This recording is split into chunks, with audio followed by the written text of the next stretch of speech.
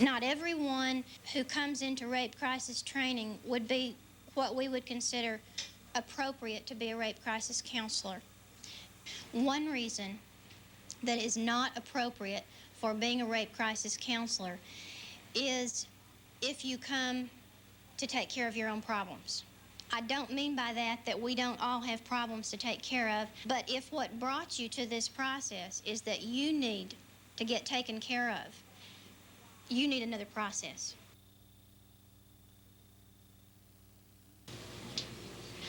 I mean, it seems to me that if somebody's been raped, that there's somebody who's been hurt, and they need attention, no matter what their values or their opinions may be. Well, what about racial prejudices? I mean, most of us have them at some level or another. What about you? Well, I wasn't brought up in a liberal atmosphere, but my parents always stressed being fair, and I don't think I'm prejudiced. What makes you really angry? Any kind of violence to women, men who are abusive, who are insensitive, that makes me angry.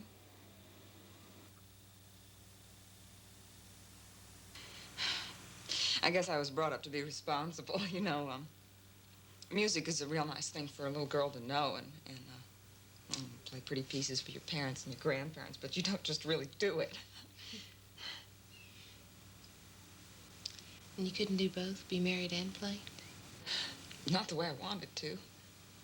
Not the way he wanted to either. He really wanted a wife, and you're not supposed to just run off and leave your husband be a pianist.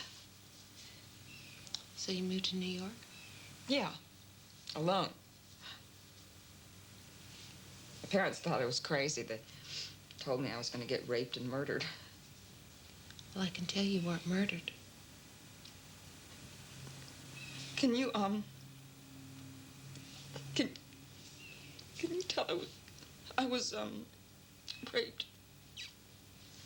Hey, listen. I've been doing this stuff a long time.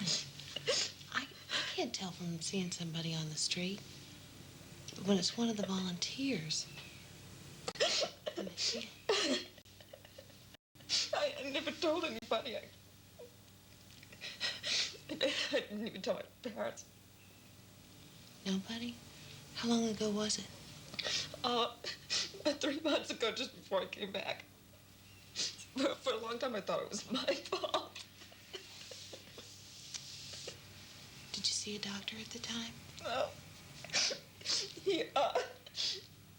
He didn't do anything that really, hurt me. Besides, he was using, a thing, so I knew I wasn't going to get pregnant or get a disease or anything like that. And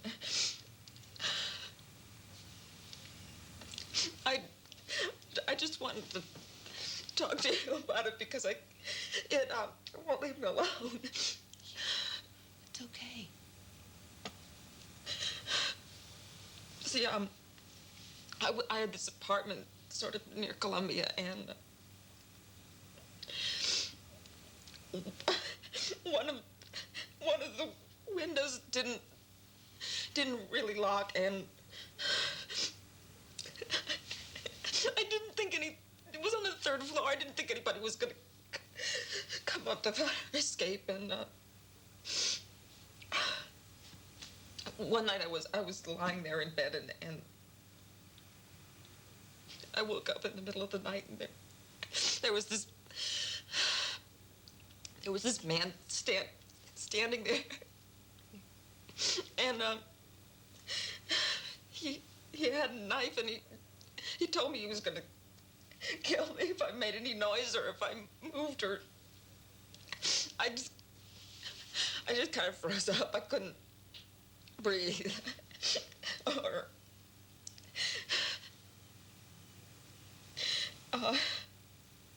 anyway, he tied me up, and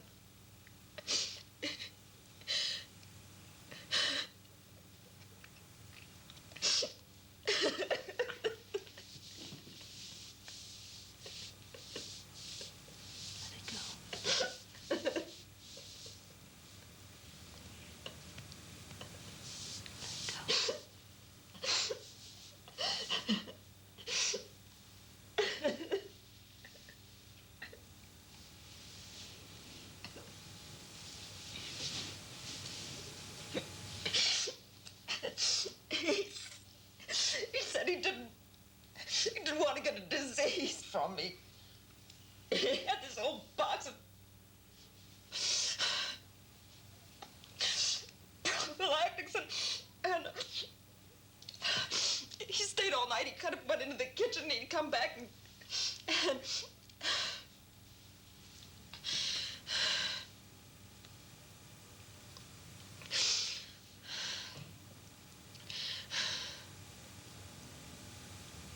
I didn't know what to do. I just kind of, I don't know, I sort of, I figured this is it, right?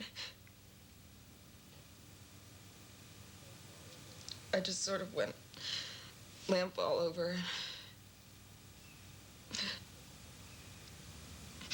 Got mad at me because I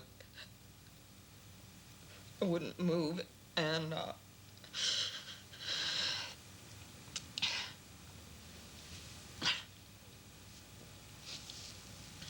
anyway, he finally went away. He went out the window, and then he stuck his head back in and told me that he was going to come back and kill me next time.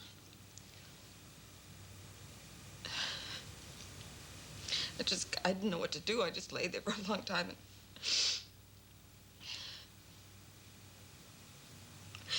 And anyway, I got up and went and took a shower. I put all these clothes on. I put on about 3 or 4 sweaters. And I put everything in a suitcase, and I called the cab, and I went to the airport, and I went home. And my mom asked me why I'd come back, and I told her that I couldn't sleep in New York because it was too noisy.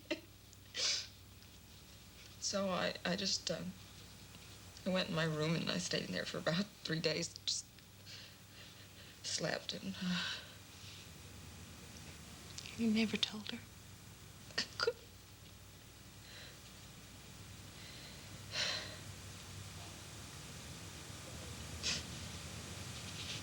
She thought I was exhausted from New York. She babied me a whole lot. I hadn't lived at home for a long time. It really started driving me crazy.